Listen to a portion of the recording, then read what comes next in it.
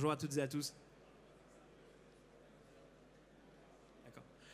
Donc, je suis très heureux d'être là aujourd'hui pour échanger avec vous par rapport à un sujet qui nous est cher chez Diota, puisque nous, on s'intéresse donc aux solutions industrielles, donc la fameuse industrie 4.0, donc finalement mettre du digital sur le terrain opérationnel où travaillent les gens. Et le sujet de cette keynote, justement, et je vous inviterai à poser des questions, à réagir évidemment, hein, c'est de discuter de la prise en compte dans cette révolution en fait, technologique à laquelle on assiste et on essaie de contribuer comme on peut à comment prendre en compte finalement le facteur humain qui évidemment est essentiel comme toujours. Donc dans le cadre de cette intervention, je suis très heureux d'être accompagné par Michel, donc Michel Ruffieux, des Arts et Métiers, donc qui pourra vous présenter en quelques mots ce qu'il fait dans la vie et qui pour le coup pourra apporter en plus un fond, on va dire, fondé pour le coup sur vraiment des éléments académiques quant aux différents sujets qu'on va aborder dans le cadre de cette keynote. Hop. Fin du diaporama. C'est le problème de finir par le slide de départ. Des fois, on commence par la fin.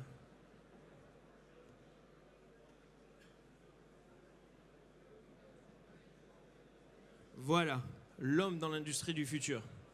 Donc là, notamment dans ce salon de Laval virtuel, hein, où il y a beaucoup de technologies, donc on parle de réalité virtuelle, de réalité augmentée, de 3D, de cobotique, d'IoT, d'IA, de cloud, j'en passe et des meilleurs.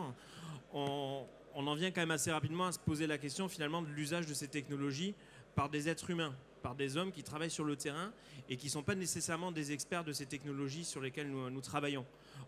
Souvent, on part un peu du monde de la réalité virtuelle, qui est un monde que je connais bien pour le coup, où on est un peu dans un monde d'ingénieurs qui travaillent avec des ingénieurs. Là, vous avez eu un débat avant plutôt qui relève de la conception de produits, mais encore une fois, on parle de solutions quelque part, notamment en France, plus c'est compliqué, mieux c'est.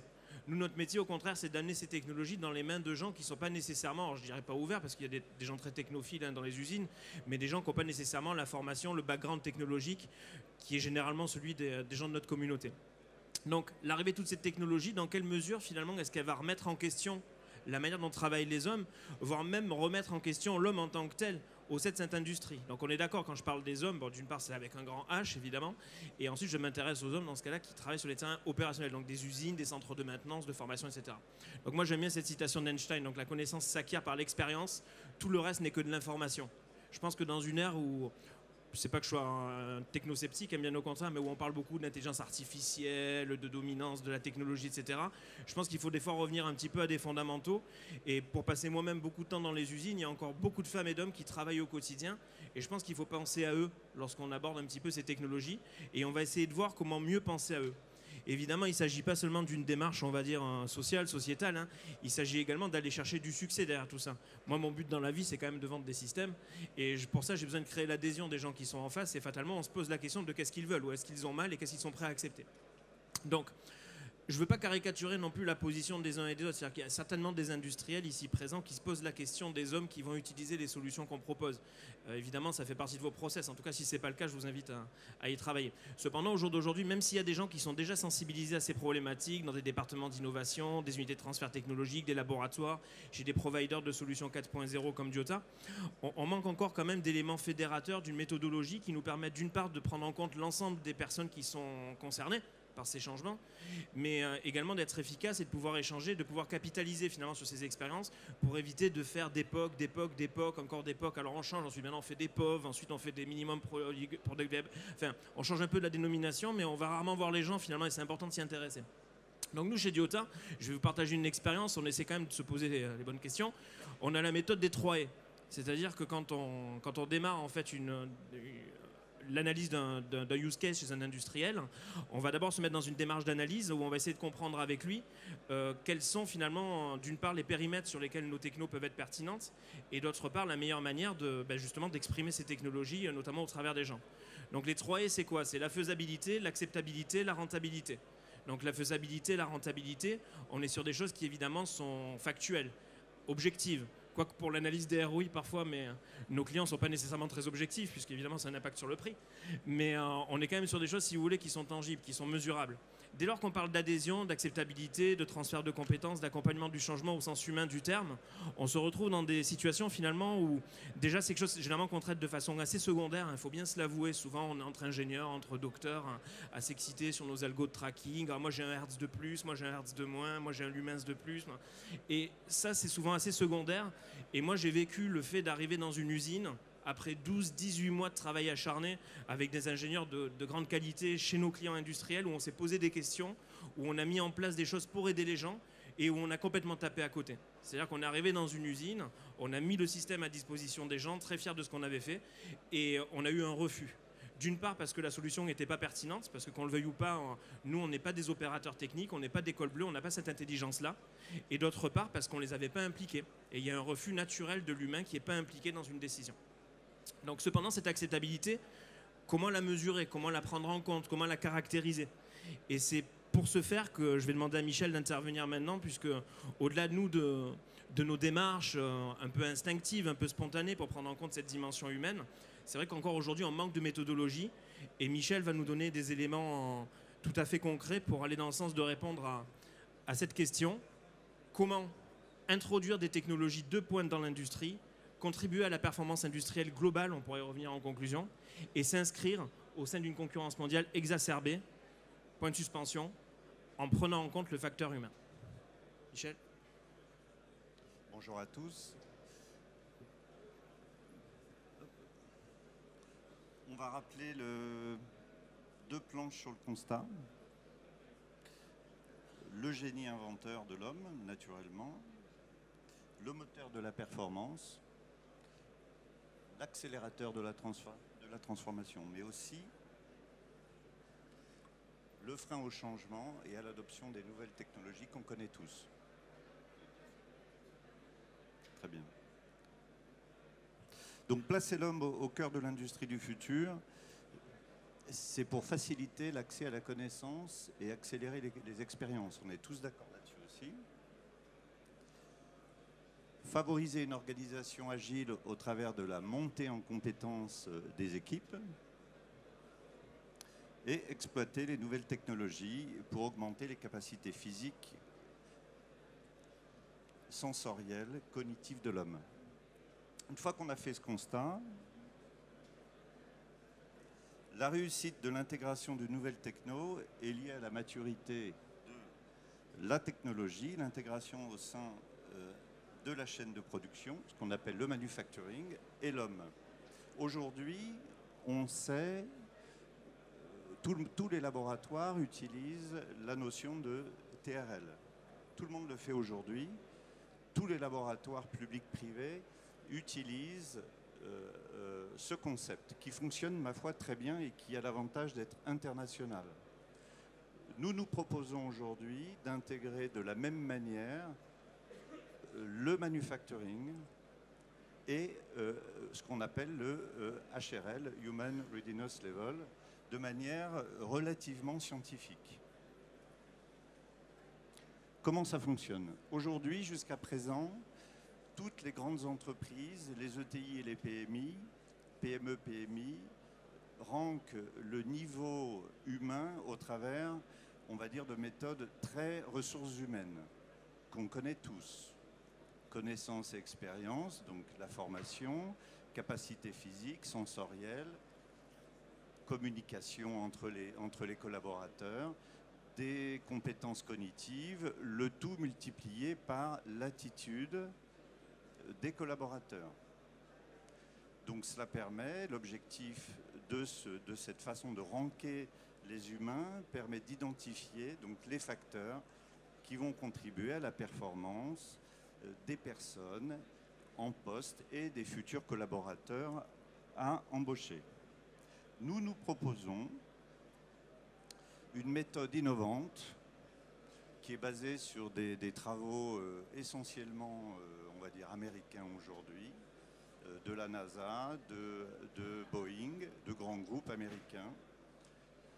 Nous nous proposons donc d'évaluer la maturité d'un groupe humain, non plus de manière déconnectée aux outils de production, à l'appareil de production, mais dans son système industriel.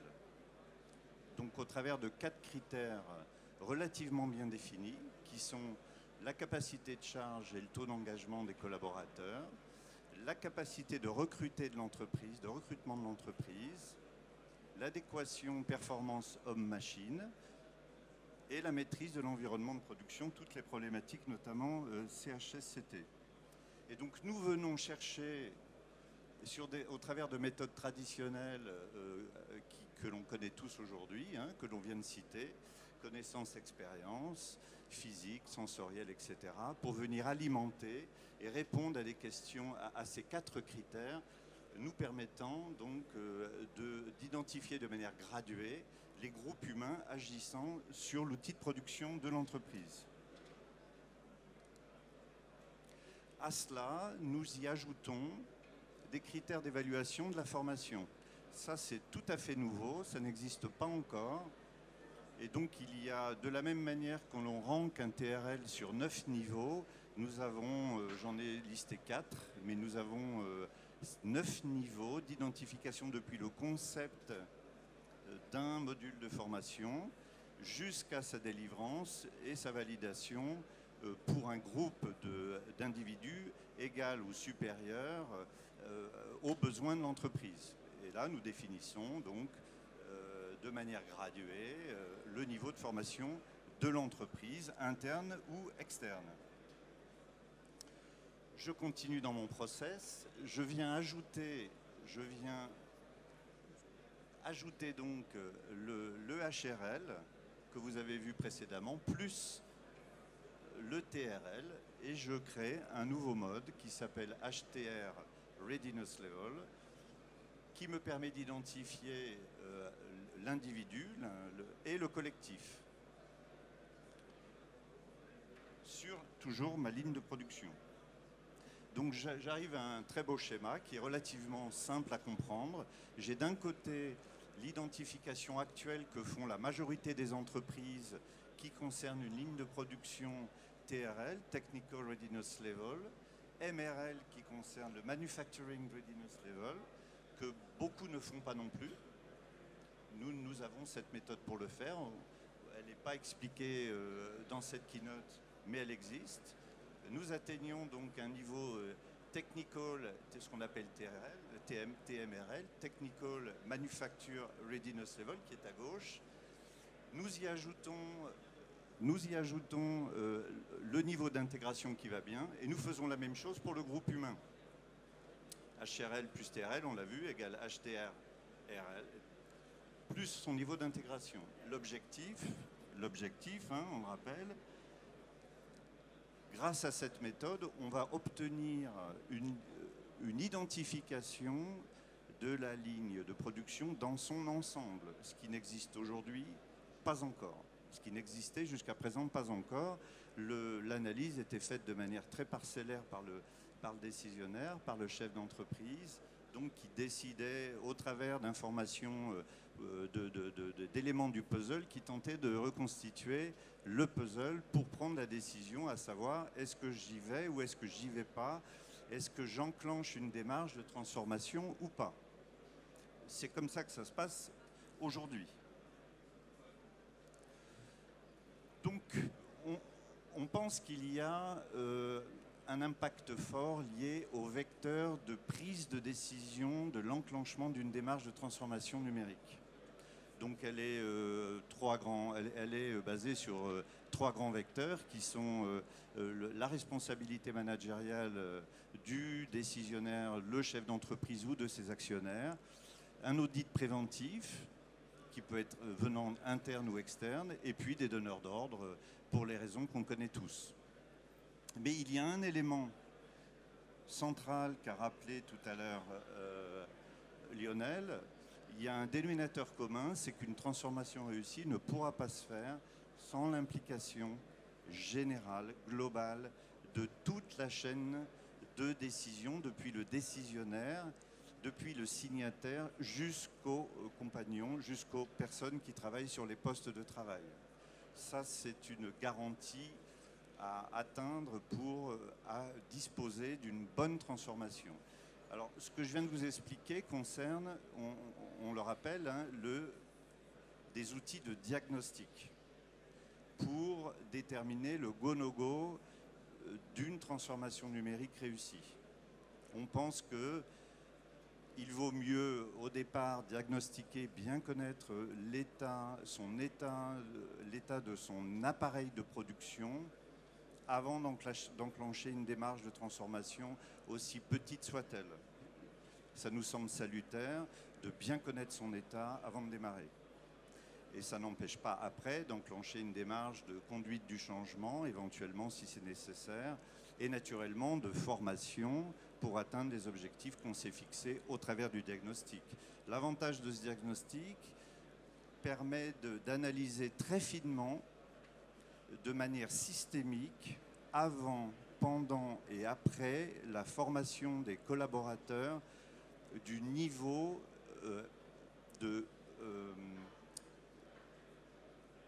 je dirais, transformation à faire et des écarts auxquels on doit répondre pour une bonne intégration numérique. Voilà. J'espère que j'ai été clair. C'est relativement nouveau. Ça peut vous paraître très techno, très barbare, mais en fait, c'est pas très compliqué. Ce que je vous ai montré, c'est un peu ce qu'il y a derrière le rideau, mais il y a beaucoup plus. Mais à travers une méthode relativement simple, ça permet de répondre le chef d'entreprise et le middle management peuvent facilement répondre à toutes ces questions parce qu'ils ont les réponses, mais jusqu'à présent, la méthode n'était pas formalisée et aujourd'hui elle l'est. Donc c'est un gros avantage aujourd'hui de vous faire, j'allais dire, profiter, de porter à votre connaissance des méthodes, ce genre de méthodes innovantes que nous mettons en avant, qui existent et qui, je pense, vont être très profitables pour les entreprises pour connaître mieux, diagnostiquer mieux leur niveau de maturité globale de leur appareil de production. Voilà. Merci Michel. Donc voilà, moi personnellement je trouve ça très intéressant qu'une méthodologie comme ça puisse être mise en place. L'idée étant en effet de donner un cadre à cette démarche qui se doit donc d'être collective. D'accord ? Donc vraiment une démarche qu'on parle des entités d'innovation, des entités industrielles et côté provider, des directions techniques, des équipes R&D, des chefs de projet, on doit vraiment s'inscrire dans une démarche globale qui dès le démarrage prend finalement l'humain, enfin la dimension humaine de manière aussi importante, finalement, en tout cas de façon aussi analytique que la dimension technique, finalement, qui aujourd'hui est généralement le premier prisme par lequel on passe, parce qu'on est quand même dans des domaines où on est beaucoup entre technophiles, pour pas dire entre geeks, et où on passe à côté, finalement, de choses qui peuvent paraître un peu plus terre-à-terre, mais qui sont finalement l'essentiel de l'industrie. Donc voilà, l'idée c'est vraiment de s'inscrire dans cette démarche collective, d'abord au sein des équipes industrielles qui sont tournées vers l'industrie du futur.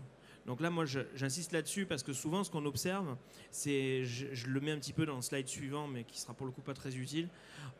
Souvent, ce qu'on observe en fait dans les groupes industriels, c'est que vous avez un peu deux encéphales, si vous voulez. C'est-à-dire que vous avez vraiment la dimension industrielle, on va aller chercher de la performance, on va aller chercher des outils utiles, des choses qui nous font du bien là où on a mal, et des entités innovation qui sont beaucoup plus techno-push, pour pas dire techno-pool. C'est-à-dire que c'est des gens, voilà. Donc là maintenant, voilà, il faut à tout prix mettre des casques de réalité augmentée partout. Alors moi, j'adhère beaucoup à ça, hein, personnellement, je n'ai pas de problème avec ça. Mais c'est vrai que parfois, dans certaines entités d'innovation, on a tendance toujours à avoir une espèce de fuite en avant vers des nouvelles technologies, vers des nouveaux systèmes qui sont l'avenir. Enfin, moi, je remets pas ça en question et on travaille beaucoup. Enfin, vous avez même des démos sur notre stand là-dessus. On travaille beaucoup sur ces systèmes.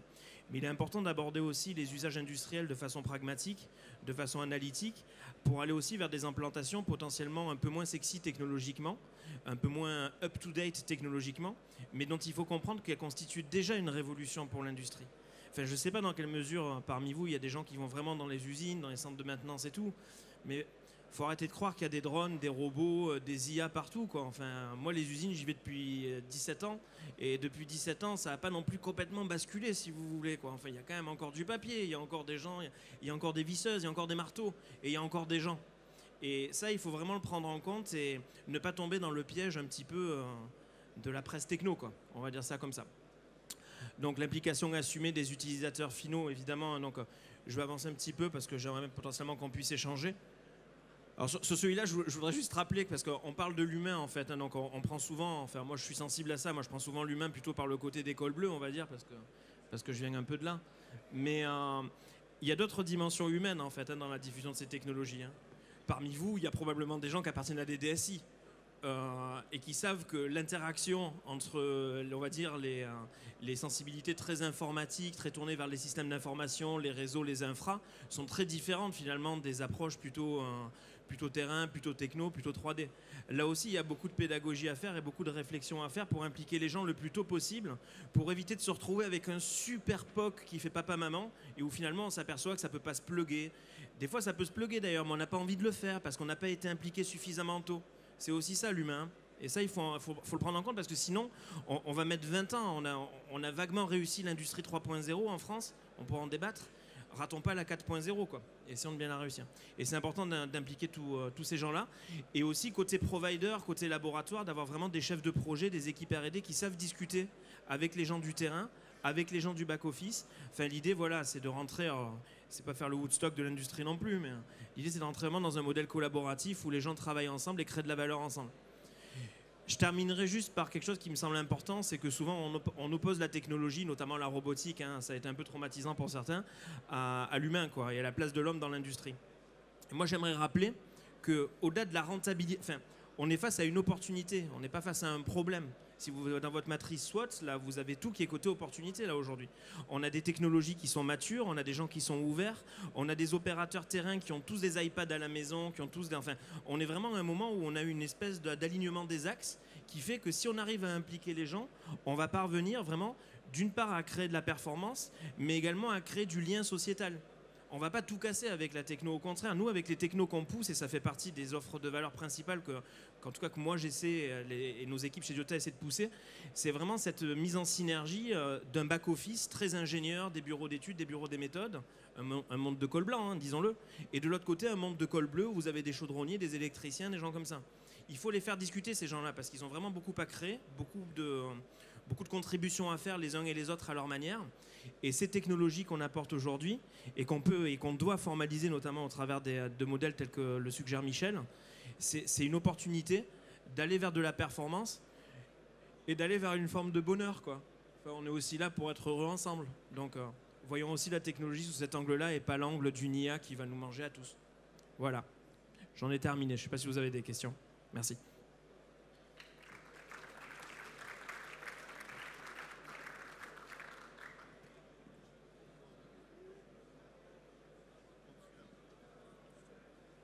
Est-ce que vous avez des questions? Est-ce que vous voulez approfondir un point? C'est ça le plus important. Ou est-ce que vous avez quelque chose que vous n'avez pas tout à fait compris? Personne n'a une expérience, là, quelque chose d'un moment, en effet, où moi, je vais vous poser une question, si vous n'en avez pas. Est-ce qu'il y a quelqu'un ici qui s'intéresse, enfin, j'imagine que oui, mais comment est-ce que cette personne s'intéresse à la place de l'homme dans son processus d'innovation? J'espère qu'il y en a parmi vous qui s'intéressent. Est-ce que tu as peur? Ils sont timides? Je pense qu'ils sont timides, oui. Juste, tu peux nous donner... Vous avez énormément d'expérience industrielle, justement, avec Diota. Quand vous avez mis en place cette approche-là, qu'est-ce qui, pour toi, a été un changement significatif, justement, de la mise en place de l'humain au cœur de ce système? Ben, à mon sens, ça rend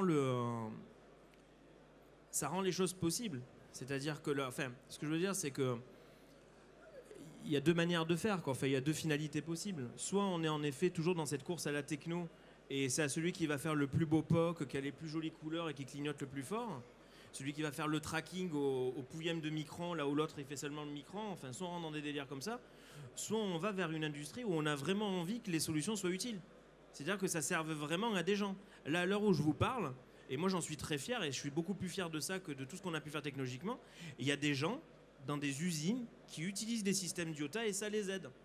Et c'est ça la finalité de notre travail. Notre travail, c'est pas que de coder pour faire... On n'est pas là que pour pisser du code, si vous voulez. Et à mon sens, cette prise en compte de l'humain, c'est ça qu'elle change. Elle rend les choses déployables, elle fait de tout ça une réalité industrielle, avec un grand I, et plus seulement une réalité technologique. Alors, c'est une question un peu naïve, mais comme le thème c'est la compétitivité, est-ce que dans tes expériences, tu as pu chiffrer l'efficacité de cette approche en termes de, alors peut-être pas de coût, mais de réduction de temps, comme on a parlé de. Alors, je ne sais pas comment tu quantifies le bonheur, comme tu as dit. Est-ce que tu as une échelle de bonheur? Le bonheur, ça se quantifie pas, on n'est jamais au max. Non, mais typiquement, ensuite, bon, c'est toujours pareil, on a des clients qui veulent toujours rester assez discrets sur ces aspects-là, y compris envers nous, parce que fatalement, ça pourrait nous tenter d'adapter nos prix. Hein. Donc, mais en l'occurrence, typiquement, je sais que des opérations d'usinage sur des panneaux d'avion, typiquement, c'est des choses sur lesquelles on a mesuré de façon factuelle des gains de l'ordre d'un tiers du temps. C'est-à-dire qu'une opération, en fait, pour faire de l'usinage sur un panneau d'un appareil que je ne citerai pas, c'est quelque chose qui se fait on économise 35% du temps, mais ça, c'est la partie visible de l'iceberg. Il y a une autre partie qui est plus difficilement mesurable, qui est la qualité. Enfin, souvent, c'est plutôt la qualité qu'apporte nos solutions, finalement, que le gain de temps, parce que l'industrie, c'est pas non plus ils nous ont pas attendus pour faire les choses intelligemment. Ils vont déjà très vite dans leurs opérations. Et c'est pas des robots, quoi. Il y a un moment, ils peuvent pas non plus aller à 1000 à l'heure, quoi. Et au niveau de la qualité, pour le coup, on a observé des gains tout à fait significatifs. Il y a des postes de travail où avant, il y avait des erreurs systématiques, pas régulières, des erreurs systématiques. Et aujourd'hui, il n'y a plus d'erreurs. Parce qu'avec du projectif, pour se tromper, il faut vraiment vouloir saboter le truc, quoi. Bonjour. Merci pour cette présentation. Moi, j'avais une question pour revenir par rapport à ce que vous avez dit sur l'opposition entre les geeks, les technophiles, et puis ceux qui ont un peu plus peur de la technologie, peur de changer leur méthode.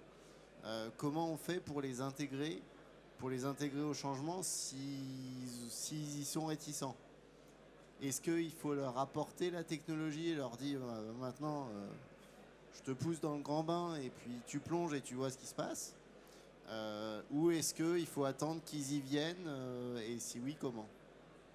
Moi, je pense que Michel est la meilleure personne pour répondre à ça. Hein. Enfin, moi, en tout cas, mon sentiment, c'est qu'un début de réponse, c'est qu'il faut impliquer ces gens au plus tôt dans le processus. Déjà, d'une part, pour voir où ils ont mal, parce que souvent, on fait des choses pour des sujets, nous, on fait régulièrement des use cases. Hein. Alors, on commence à savoir les identifier assez vite, parce qu'à force de trébucher, quand même, on marche de mieux en mieux quand même. Mais assez tôt déjà, il faut identifier, être sûr que la personne a mal, parce que si la personne n'a pas de problème et qu'elle fait son travail, soit selon son sentiment, soit de façon objective, de façon convenable et performante, elle va pas être ouverte à un changement technologique. Les gens n'aiment pas le changement, hein, ni nous, ni les autres. Mais je pense qu'il faut les impliquer le plus tôt possible, d'une part pour dire où est-ce que tu as mal, et moi je vais t'apporter une solution qui va te faire du bien là où tu as mal. Déjà rien que ça change le paradigme, hein. On est dans du pull, on n'est plus dans du push. Et la deuxième dimension, en effet, c'est de prendre en compte leur sensibilité ergonomique. Typiquement, on s'est retrouvé dans des cas où, dans une usine, on avait mis un système, il était parfait, il était génial. Et évidemment, on est tombé sur le seul opérateur gaucher de la ligne. Non, mais c'est con, hein, il est gaucher, le gars. Eh ben, nous, on avait mis toutes nos interfaces, nos machins, pour que... Eh ben voilà, il a fallu revoir un peu la copie. C'est bête, mais si on avait croisé ce gars-là avant, on va dire, il faut la chance de tomber sur un gaucher, ou la malchance, je sais pas. Mais voilà, ça fait ces genres de choses. Si on implique les gens tôt, on passe à côté de ces déboires-là. Mais je pense, Michel, que c'est dans l'application de ta méthode aussi. Alors, il y a un certain nombre d'éléments déclencheurs, j'en ai cité 3, mais il y en a beaucoup d'autres. Et ce qu'on essaye de faire, c'est à travers des manières, des systèmes coercitifs, de donner envie aux chefs d'entreprise déjà de se poser la question et de connaître son état, l'état de son appareil de production, mais de manière globale. Et aujourd'hui, il n'y avait pas de solution. Jusqu'à présent, en tout cas, il y a des solutions parcellaires. On va voir son comptable pour connaître l'état de sa comptabilité. On va voir son chef de production pour connaître, etc., etc., etc. Et c'est au chef d'entreprise de prendre la décision, go, no go, à tout le moins. Est-ce que j'ai les capacités de monter en compétences? J'ai éventuellement des marchés qui m'attendent. J'ai de la concurrence. Enfin, il y a un certain nombre de facteurs qui font qu'à un moment donné, le chef d'entreprise baisse les bras ou au contraire retrousse les manches et se dit il faut y aller, je vais plonger. Mais beaucoup plongent sans déjà connaître parfaitement, sans avoir un état exhaustif de leur chaîne de production. C'est ce qu'on tente de faire au travers de ces méthodes. Celle-ci me semble la plus pertinente par rapport à toutes les méthodes que j'ai pu analyser dans le monde entier. Et j'ai envie on est en train de benchmarker, on se rend compte que ça marche, ça fonctionne. Ça ne veut pas dire que le chef d'entreprise va plonger demain, ça veut simplement dire on diagnostique, comme quand on va chez le médecin, de manière très saine et très bienveillante, la situation globale en intégrant l'humain, ce qui est très rare aujourd'hui. Très rare. On laisse souvent l'humain géré par les RH et c'est une problématique que doit prendre en compte le chef d'entreprise, que doit prendre en compte le décisionnaire, quel qu'il soit. Et c'est ce qu'on tente de faire au travers d'une méthode, je répète, systémique, qui est assez innovante et qui, je pense, devrait apporter beaucoup à nos PME qui souhaitent monter en compétences, qui ne comprennent pas trop où elles en sont. Elles ont souvent une bonne idée, soit du marché, soit de leur gestion financière, soit de leur gestion RH. Et il n'est pas simple d'intégrer, d'avoir cette compétence globale, par manque d'outils, par manque de tout ce que vous voulez. Et à notre niveau, notre mission à nous, c'est d'apporter à nos chefs d'entreprise les capacités de mieux comprendre, de mieux intégrer toutes les composantes multiples pour leur permettre de choisir mieux et éventuellement de les accompagner pour ces transformations numériques, pour ces nouvelles technologies, quelles qu'elles soient. C'est aussi valable pour le RRV que l'intégration, que le CND, que la cobotique, que la robotique, que tout ce que vous voulez. Ce serait même éventuellement valable pour le tertiaire. On a cette problématique en France où on connaît peu, où les chefs d'entreprise, les patrons, maîtrisent, ils pensent maîtriser leur chaîne de production, ce qui est probablement vrai, mais jusqu'où maîtrisent-ils leur chaîne de production? Quand on parle d'intégration, de changement d'une vieille machine par une nouvelle machine, ça intègre énormément de problématiques d'intégration, de manufacturing, souvent peu prises en compte. On parle de formation.